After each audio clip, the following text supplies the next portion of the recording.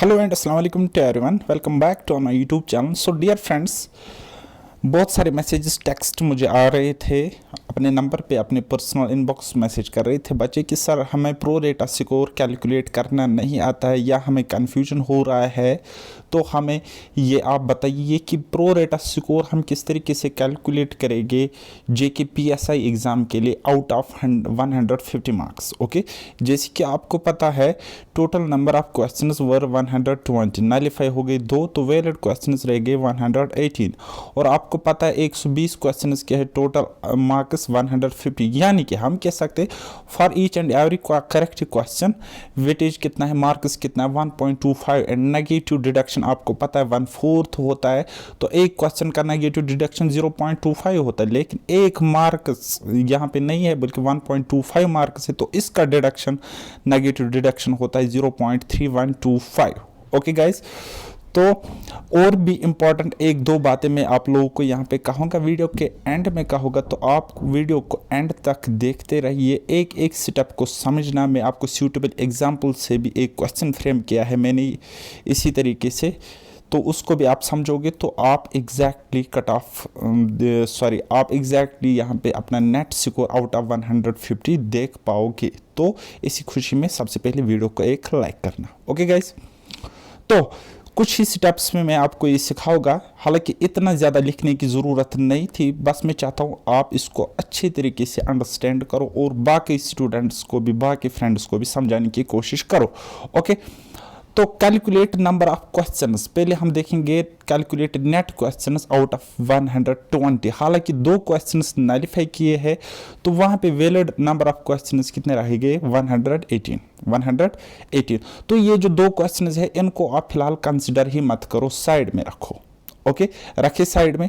आप अब देखो 118 क्वेश्चंस को कि आपके कितने राइट है और आपके कितने रॉन्ग है। ठीक है, पहले आप देखो राइट क्वेश्चंस कितने हैं, यानी कि करेक्ट क्वेश्चंस कितने किए हैं आपने आउट ऑफ 118, तो उसको आपने नोट डाउन किया होगा। ओके, देन सेकंड स्टेप में आप क्या करोगे, रॉन्ग क्वेश्चंस को, जिन्होंने आपने रॉन्गली मार्क किया है, ना कि स्किपेड वाली क्वेश्चंस, जो आपने रॉन्ग गलत किए हैं तो उनको आप काउंट करोगे। ओके, देन उसके बाद हम अभी क्वेश्चंस के साथ डील कर रहे हैं, हम मार्क्स के साथ डील नहीं कर रहे, क्वेश्चंस। तो अब आपको डिडक्शन करके मिलेगा नेट क्वेश्चंस आउट ऑफ 118 मिलेंगे वो। तो सपोज आपको पता है 1/4 डिडक्शन होती है, यानी कि 4 गलत क्वेश्चंस का एक क्वेश्चन सही वाला क्वेश्चन कट जाएगा। तो इस तरीके से जब डिडक्शन करोगे तो आपको मिलेंगे number of questions out of 118।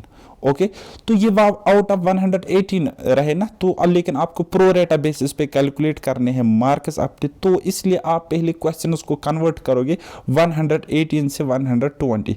Suppose आपको मिले थे 118 में से x नंबर ऑफ क्वेश्चंस, आपको नेट नंबर ऑफ क्वेश्चंस मिले थे x after deduction out of 118, तो उसको आउट ऑफ 120 कैलकुलेट करोगे। तो क्या करना है, जो क्वेश्चंस आपको मिले उसको डिवाइड करना है 118 से एंड मल्टीप्लाई करना है 120 से। तो सपोज अब आपको वहाँ पे t नंबर ऑफ क्वेश्चंस मिले आउट ऑफ 120, फिर उसको क्या करना है, ये जो t नंबर ऑफ क्वेश्चंस आपको मिले यानी कि नेट क्वेश्चंस आउट ऑफ 120 मिले, उसको आपने करना है मल्टीप्लाई 1.25 से, क्योंकि हर एक क्वेश्चन को यहाँ पे 1.25 मार्क्स है। ओके, तो जब आप वो करोगे तो आपका निकल के आ जाएगा मार्क्स, ना कि क्वेश्चंस, आपका निकल के आ जाएगा marks out of 150, out of 150।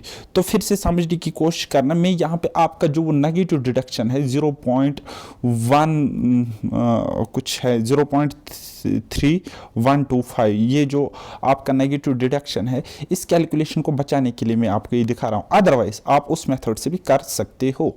Okay, और कमेंट सेक्शन में मुझे ये बकवास नहीं बोलना कि ऐसे नहीं करना था, वैसे नहीं करना है, तो आप जैसे भी करो मिलेगा तो यही आंसर आपको। ठीक है, तो बाकी आप यहाँ पे देख सकते हो, हालांकि एक क्वेश्चन मैंने लिया है, एक क्वेश्चन को यहाँ पे समझने की कोशिश करेंगे। ओके, ऐसा क्वेश्चन आपके मैथमेटिक्स क्वांटिटेटिव एप्टीट्यूड में भी आ सकता है, तो मैंने आपको समझाने के लिए ये क्वेश्चन फ्रेम किया है। ओके, समझो, a student did 94 questions correctly, एक एग्ज़ाम होता है, ठीक है, तो एक बच्चा 94 क्वेश्चंस को करेक्ट मार्क करता है एंड 16 क्वेश्चंस को रॉन्ग करके आता है। ओके, 2 क्वेश्चंस नलिफाई हुए और total number of questions were 120। अब अगर 2 नलिफाई हुए तो वहां पे वैलिड क्वेश्चंस कितने रहे? 118। ओके, इतना आपको पता है। देन कहता है calculate his her net score, net marks आपको निकालने out of 150 marks where negative deduction is 1/4। ठीक है, कहता है इसका नेट स्कोर आप काउंट करो, कैलकुलेट करो आउट ऑफ 150 मार्क्स से, तो नेगेटिव डिडक्शन 1/4 है। ओके, तो वैसे मुझे एक लॉजिक समझ नहीं आया JKSSB का कि 120 क्वेश्चन है तो 120 ही नंबर रखने थे, क्यों 150 रखे? ठीक है, इससे तो कोई फर्क नहीं पड़ेगा। आप 120 क्वेश्चंस के 500 भी अगर नंबर रखोगे तो कोई फर्क नहीं पड़ता है, बस दिखने में स्कोर ज़्यादा दिखेगा और कुछ नहीं होगा। खैर छोड़ो इस बात को। तो यहाँ पे आउट ऑफ 118 पहले आप देखोगे क्योंकि 2 क्वेश्चंस को नलिफाई किया है। ओके, तो करेक्ट क्वेश्चंस कितने किए हैं इसने? 94। रॉन्ग क्वेश्चंस कितने किए? 16।